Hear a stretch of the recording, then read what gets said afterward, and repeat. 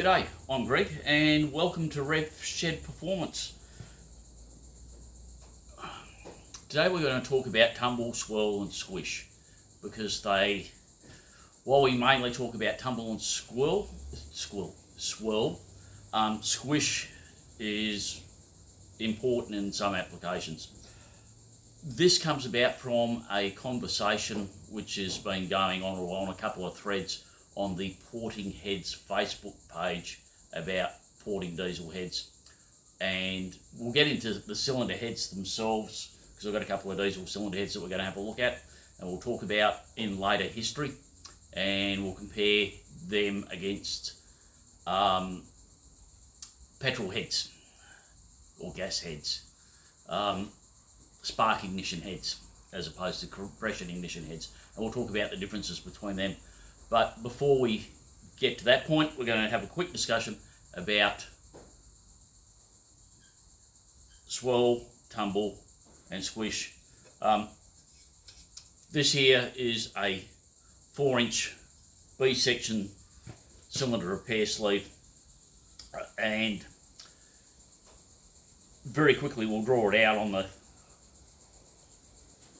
the workbench in a bit, and we'll talk about it in a bit more depth. But Tumble comes in, goes down to the bottom of the cylinder, comes back up. Swirl is a corkscrew action down the cylinder.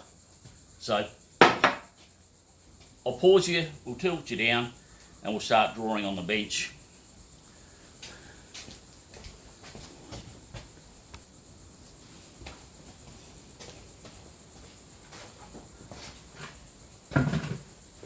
For those of you that are wondering, get that out of the way for the moment.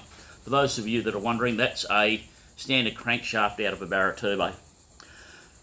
Okay, 2 valve heads mainly use swirl or nothing. Now, we've got our, I'm not very well set up here.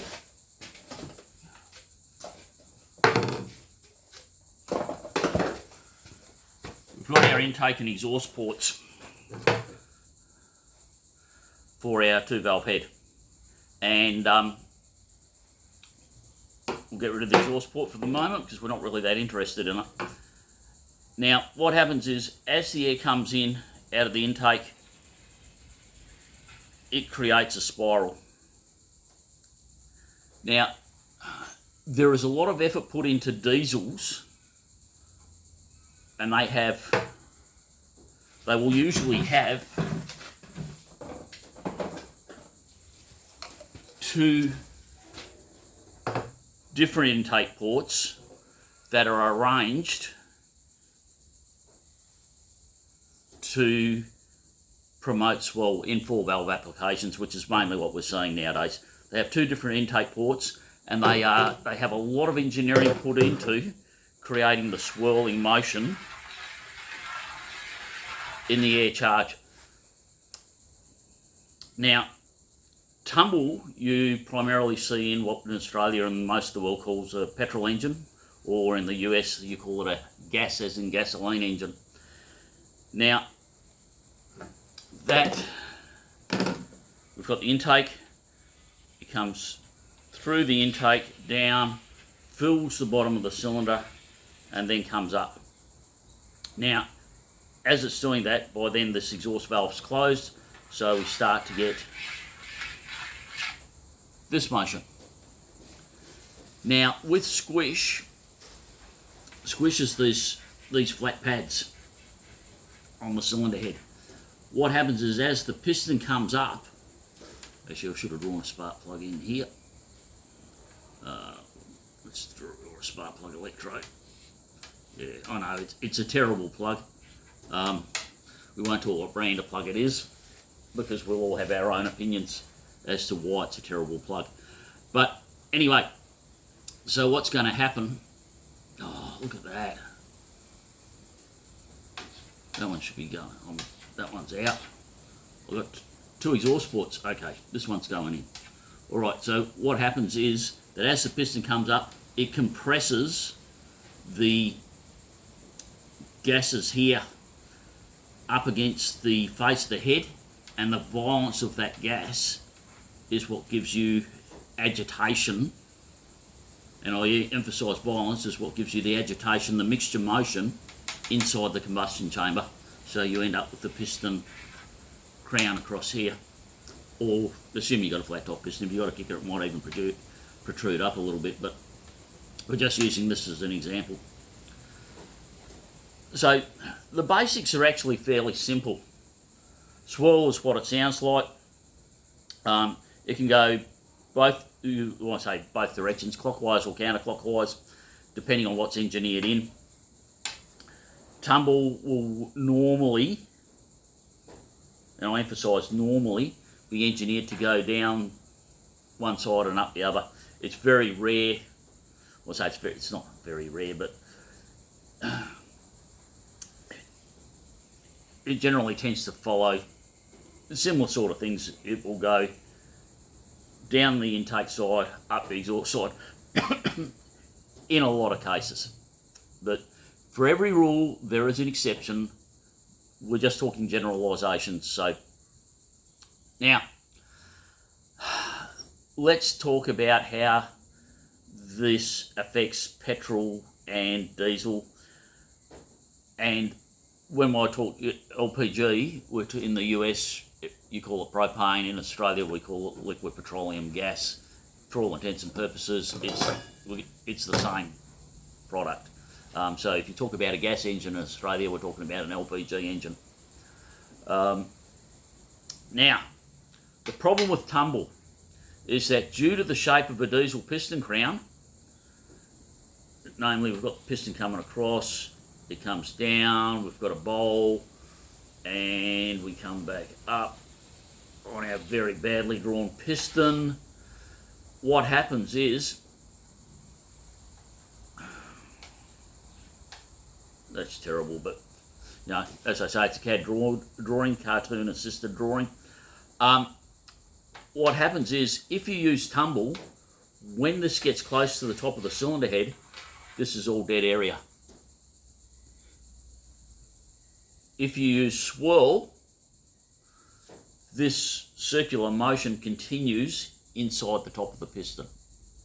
Now that becomes very important on diesels. Very, very critical on diesels during the injection phase. On petrol engines, with the Tumble, we're getting the fuel injected in. It doesn't matter whether the injector's on the side, in the centre. Often they will, on petrol, so we'll try to put the spark plug in the centre because it evens out the burn path. Although some manufacturers will put it in from the side. Usually you see them in, when I've seen them in on the side, you've got the injector in the centre, spark plug on the side, and it's a V8. Not always, but that's how I generally see it. Having the spark plug in the centre gives you a nice even burn. Injector can come in from the side and they can play with spray patterns on the direct injectors. If you've got the injector in the port, spark plug is probably going to be in the centre on most of the later 4-valve stuff. Tumble is primarily something that we see in 4-valve engines. We rarely, if ever, see it in 2 valves, although it does exist. I've got a couple of theories about that I need to look into on a couple of heads that I think have got Tumble on them, but no one's done any research on it. So we will we'll try and do that research and see what's going on. Now, with the petrol injection, that Tumble also gives you a nice homogeneous mixing of the fuel droplets from the injector, and it mixes it all up. Piston comes up and we get a nice even burn through a nice even propagation of the flame front through the chamber. Now, we don't use it in diesel because as I said, as the piston comes up to the top, it just crushes the Tumble. And there's no better way to describe it, is it crushes the Tumble. Now, when we look at Swirl, with Swirl, we'll go this way because that's how I have the port laid out. With Swirl, what's happening, the disadvantage of Swirl in petrol or gasoline engines is that it does tend to centrifuge the fuel droplets to the outside of the cylinder. And you tend to end up with less in the centre simply due to centrifugal force. Now, how great that is depends on how much swirl you've got. That's why having too much swirl on a petrol/gasoline engine is not a good thing. On a diesel engine, that swirl is primarily happening inside the, that's meant to be a corkscrew by the way, inside the bowl of the piston, and it will continue even with the piston almost touching the head. It will still be in that bowl inside the chamber and spiraling around. So how does that affect things? Swirl is good. Petrol engine, diesel engine, swirl is good. In diesel engines, the reason it is good, we are injecting fuel into the bowl of the piston. Now what's happening is, if we have a volume of stationary air, as that fuel gets injected in, what happens is the initial ignition will happen right close to the injector, and as that injection continues, we burn up the available oxygen. We're burning up the available oxygen close to the injector. So now we're spraying fuel through essentially inert gas because there's no oxygen on it. We're spraying the fuel through inert gas, and it's got to travel further before it gets to oxygen-rich air. And then we use up that oxygen, and then we've got to go further till we get to air that's got oxygen in it. And that's assuming we've got no movement of air inside the bowl, or minimal movement. Now if we've got swirl, what happens is we are continuously presenting fresh oxygenated air to the fuel as it leaves the injector. And what that does is that means that we get a faster rate of combustion. We consume our injected quantity of fuel in less time because we are always presenting it to, I'll use the term, fresh oxygenated air. And so what that does is that reduces the total amount or the total time period for the burn to occur. The beauty of that is what that means is that our pressure rise will be steeper compared to one that's in stagnant air, because this is the time it's taking it to, in stagnant air, for the fuel to get through to the oxygenated air. If we're always injecting into oxygen, our pressure rise becomes steeper. And that is caused by, because this time period is shorter, so that's pressure. Here we have temperature. Our temperature graphs will look similar in slope. Because we burn the fuel quicker, we get a faster temperature rise, so we get a faster pressure rise. If we burn the fuel slower, we get a slower temperature rise and we get a lower pressure rise. Now that shows on the dyno as torque. The other thing that you will find, and this was a subject of discussion again on the porting heads page, is that if you can get this to happen, what it means is that when you are tuning diesels, you need less advance because you are building pressure earlier.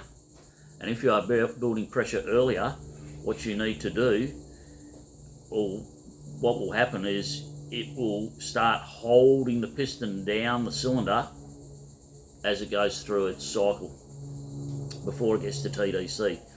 So if you've got a very high swirl cylinder, you may even need to retard the timing slightly in comparison to what you would on a lower swirl cylinder on a diesel.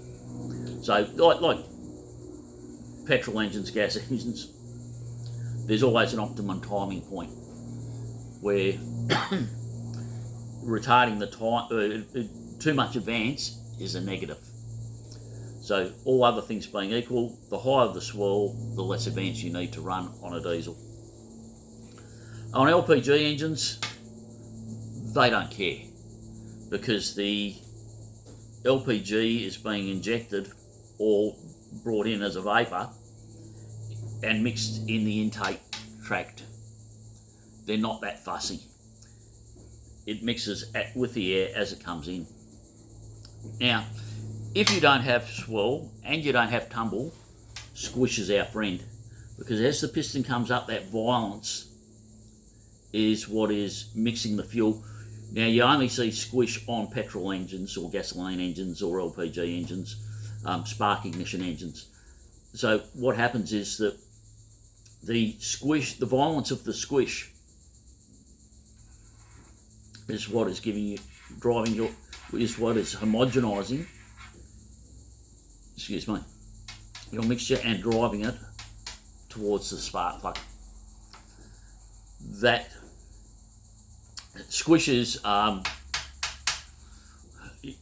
particularly important on things like Ford Clevelands, which have no swirl. They might have tumble. I need to do some research on that.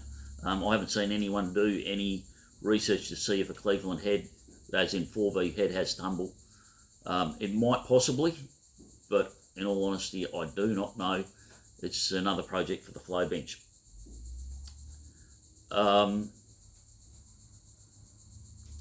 So, in summary, tumble, spark ignition engine only. Swirl, any engine. Squish, in today's world, it's pretty much limited to performance engines that don't have to meet emission regulations. It does have its advantages, because using swirl or tumble does to some degree use energy.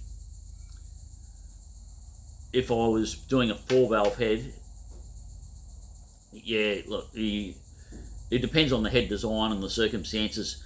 David Vizard's Polyquad introduced swirl into tumble cylinders, and they got good results on it, with it very good results by combining both together on spark ignition engines. Again, I don't know if it's been tried with diesels. As far as I was aware, David has only done it with spark ignition engines as opposed to compression ignition engines. But that's basically just a quick overview. I want to keep this video fairly short. No doubt there'll be a few comments and a few questions about it, but tumble, very good for 4-valve spark ignition engines, absolutely terrible for diesels. It will kill diesel performance. And when you are porting heads, if you port a diesel head and you do not have a swirl meter,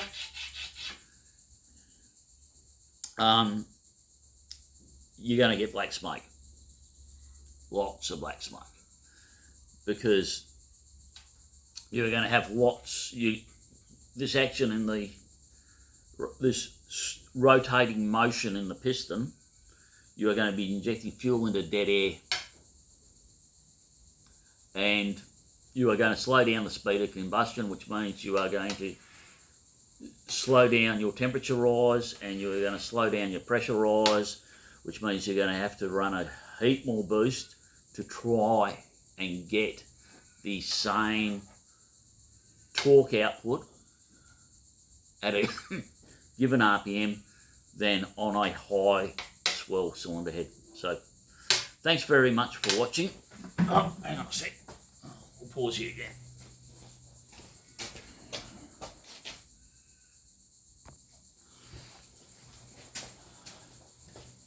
So, as I was about to say, thanks very much for watching.